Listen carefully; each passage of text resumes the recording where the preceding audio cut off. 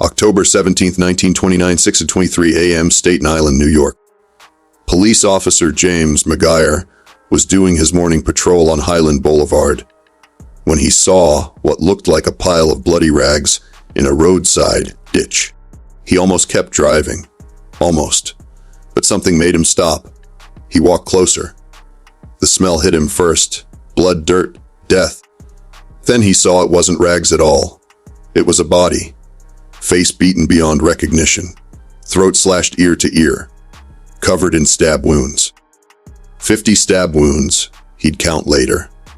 The man had been dumped here hours ago, left to bleed out in the darkness like a piece of garbage. Officer McGuire had seen dead bodies before. This was New York in 1929, but when he knelt down to check for identification, something impossible happened. The chest moved. One shallow breath, then another. This man, whoever he was still alive. The ambulance arrived 17 minutes later. The medics couldn't believe it. Nobody survives this. 50 stab wounds, throat cut, hours of bleeding. This was medically impossible. But the man in that ditch wasn't nobody. He was Salvatore Lucania. And what happened to him that night? The brutal assassination attempt.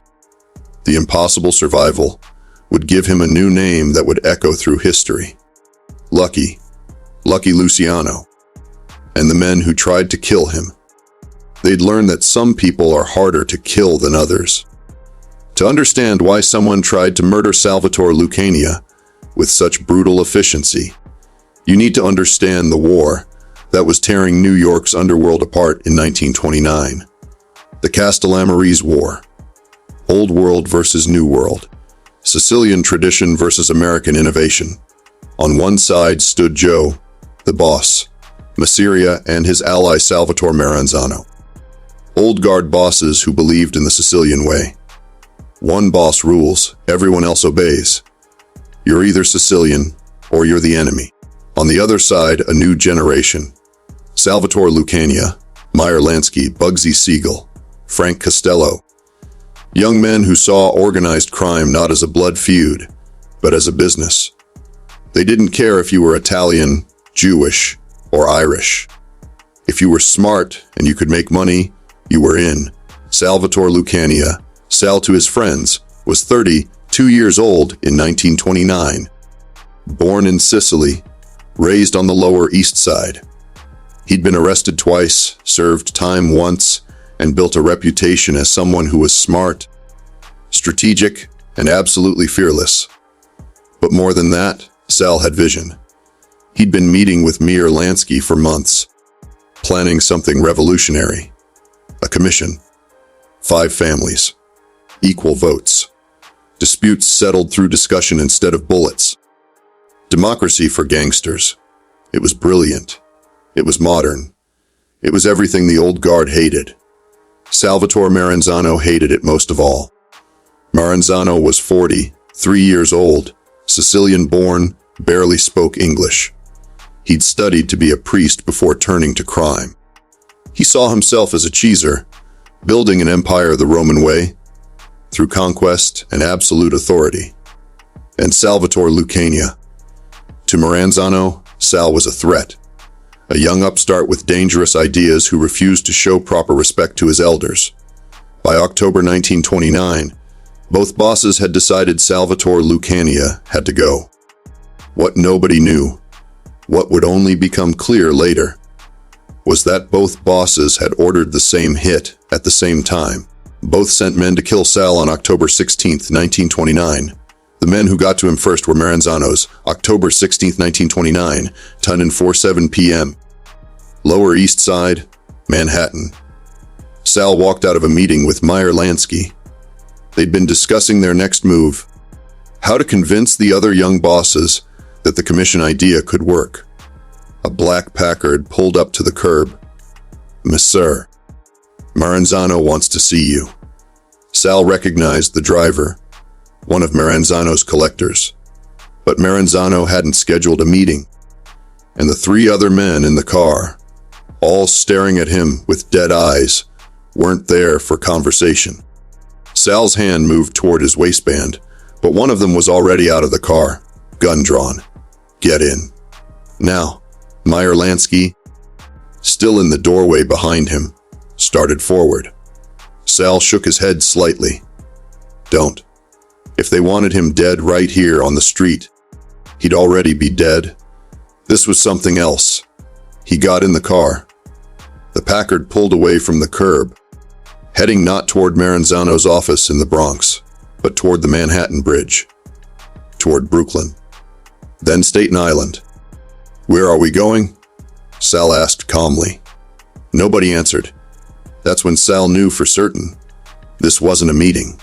This was an execution. The drive took 40 minutes. Nobody spoke. The only sounds were the engine, the tires on cobblestone, and Sal's own steady breathing. He could have fought, could have tried to jump from the moving car. But Sal was always a strategist. He was analyzing, calculating. 4 armed men, one of him, in a moving vehicle. The odds were bad. Better to wait. See where they were taking him. Look for an opening. The car crossed into Staten Island around 11:30 p.m., drove to the southern shore. Isolated beaches. No houses. No witnesses. The car pulled off Highland Boulevard onto a dirt road. Stopped. "Out," one of them said. Sal got out. The night air was cold off the water. He could hear waves in the distance. The 4 men formed a circle around him. One of them, the biggest one, a thick-necked enforcer Sal recognized as Tony Fabrizio, stepped forward. "Mr. Maranzano has a message for you, Luciano. You don't respect your elders. You think you're smarter than everyone else. You think you can change the way things work. I'm just trying to make money," Sal said calmly. "Same as everyone." "No," Tony said. "You're trying to make yourself boss. And Mr. Maranzano can't allow that." Tony's fist came out of nowhere, caught Sal across the jaw. He went down hard. Then they were on him. What happened next lasted maybe 15 minutes. Felt like hours. They beat him with fists, boots, brass knuckles. Broke his nose. Shattered his cheekbone. Knocked out 3 teeth. "Who else is planning with you?" Tony demanded. "Who else is part of this commission idea?" Sal spat blood. Said nothing. Another kick to the ribs. Something cracked. "Answer the question." Still nothing. They weren't trying to extract information. Not really. They were making an example. Showing what happens to ambitious young men who forget their place. After 10 minutes, Sal stopped moving. Stopped responding. His face was a mess of blood and broken bone. "Get the knife," Tony said. One of them pulled out a knife, 8-inch blade. What happened next was systematic, professional. They stabbed him 50 times. Chest, stomach, back, legs. Each wound precise, designed to bleed him out slowly. Finally, Tony grabbed Sal by the hair, tilted his head back, and slashed his throat, ear to ear. "He's done," Tony said. "Dump him in the ditch." They dragged Sal's body to a roadside drainage ditch, threw him in like garbage, and walked back to the Packard. One of them looked back. "Should we make sure? Look at him. He's got 50 holes in him and his throat's cut. He ain't coming back from that." They got in the car and drove away. Time 2:23 a.m. The job was complete. Salvatore Lucania was dead. Except he wasn't. For 4 hours, Salvatore Lucania lay in that ditch, bleeding. Unconscious. Clinically dead by most medical standards. But something in him refused to quit. Call it will. Call it spite. Call it luck. At 6:23 a.m., police officer James McGuire found him. Found the impossible. A body that shouldn't be breathing. But was. The ambulance rushed him to Kings County Hospital. The doctors couldn't explain it. 50 stab wounds. Severed throat. Hours of blood loss. By every medical metric, this man should be dead. But Salvatore Lucania's heart was still beating. They operated for 6 hours. stitched up 50 wounds, repaired his throat, though his voice would never be the same, set his broken bones, gave him 14 pence of blood, and somehow, impossibly, Salvatore Lucania survived. He woke up 2 days later. A detective was sitting by his bed. "Mr. Lucania, I'm Detective Brennan. I need to ask you some questions about what happened to you." Sal's throat was bandaged. Speaking hurt, but he managed to rasp out 4 words. "I don't remember anything." "Or Mr. Lucania, someone tried to murder you. We found you in a ditch with 50 stab wounds. This was attempted murder. Professional, organized." "You're telling me you don't know who did this?" "I don't remember." "You don't remember being kidnapped, driven to Staten Island, stabbed 50 times?" Sal looked the detective in the eye. "I was drunk. I fell. You fell?" "Yeah." "I'm clumsy." Detective Brennan stared at him for a long moment. They both knew it was lies, but they also both knew how the streets worked. Sal wasn't going to talk. Not to the cops. Not to anyone. Because on the streets, you handle your own problems. "All right, Mr. Lucania," Detective Brennan said, standing up. "If you change your mind, you know where to find me." "I won't," Sal rasped. After the detective left, Sal lay in that hospital bed staring at the ceiling. 50 stab wounds, throat cut, left to die in a ditch. But he wasn't dead. He was alive. And that meant Maranzano had made a mistake. A fatal one. You don't try to kill a man and fail. Because if you fail, you've just created an enemy who has nothing left to lose. The newspapers got hold of the story within days. Gangster survives brutal assassination attempt. Miracle recovery for stabbing victim. But it was the New York Daily News that gave Salvatore Lucania his new name. Lucky to be alive, Gangster survived 50 stab wounds. Lucky. The name stuck on the streets. People started calling him Lucky Luciano. Not Sal, not Salvatore. Lucky. And Lucky wore that name like armor. Because it wasn't just about surviving. It was about what the survival meant. Lucky Luciano had looked death in the face 50 times. And death had blinked first. Salvatore Maranzano thought he'd eliminated a problem. Instead, he'd created a legend. Lucky stayed quiet for 2 years. Recovered. Planned. Built alliances, got stronger. In 1931, the Castellamarese War was still raging. Mafia and Maranzano were tearing the city apart.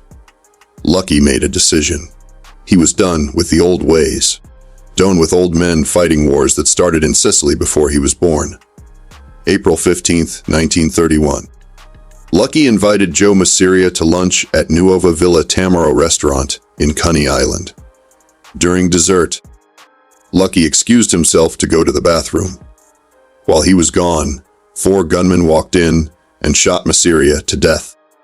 Lucky came back from the bathroom, looked at his dead boss, and walked out. The perfect alibi. Maranzano thought he'd won, declared himself boss of all bosses, but Lucky wasn't done. September 10, 1931. Less than 2 years after the Staten Island assassination attempt.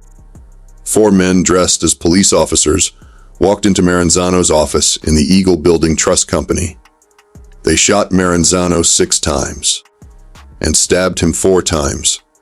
When police asked Lucky about Maranzano's murder, Lucky said, "I don't know nothing about it."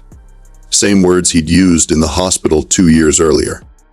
That day, Lucky Luciano didn't just kill Maranzano. He killed the entire boss of all bosses system. Within weeks, Lucky convened the first meeting of the commission. His vision of organized crime. 5 families, equal votes, democracy. The old system died. The new one was born. And it was born because a man named Salvatore Lucania refused to die in a Staten Island ditch. Lucky Luciano lived for another 37 years after that night in 1929. He'd go to prison in 1936, get deported in 1946, die in Italy in 1962. But the name Lucky stayed with him forever. And every time someone asked him about it, he'd tell them the same story. The night in 1929, the 50 stab wounds, the slashed throat, the survival that shouldn't have been possible. They called me lucky, he'd say. But it wasn't luck, it was will. You either got it or you don't. The men who tried to kill Lucky Luciano that night thought they were eliminating a problem. They thought they were protecting the old ways. Instead, they created the man who would destroy those ways forever. They gave Salvatore Lucania a new name, a new identity, and a reason to tear down everything they'd built. October 17, 1929. The night a man survived the impossible. The night Salvatore Luciano died and Lucky Luciano was born. The lesson. Some people you can't kill, not because they're lucky, because they're too stubborn to die. And when those people survive what should have killed them, they don't just come back. They come back stronger, smarter, and absolutely determined to make their enemies pay. The doctors said Lucky Luciano was dead. 50 stab wounds said he was dead. 4 hours of bleeding in a ditch said he was dead. But Lucky Luciano had other plans. He walked out of that hospital, and 2 years later, his assassins were the ones in body bags. If this story moved you, hit that subscribe button. We're telling the Lucky Luciano story's history forgot. The night he got his name, the decisions that made him untouchable, the code that changed organized crime forever. Drop a like if you think surviving 50 stab wounds makes you the toughest man in mob history. And in the comments, would you have told the police who did it? Or handled it yourself like Lucky did? Turn on notifications, because next time we're telling the story of how Lucky Luciano killed 2 bosses in 6 months and created the commission. Remember, real power isn't about being the strongest. It's about being too stubborn to quit.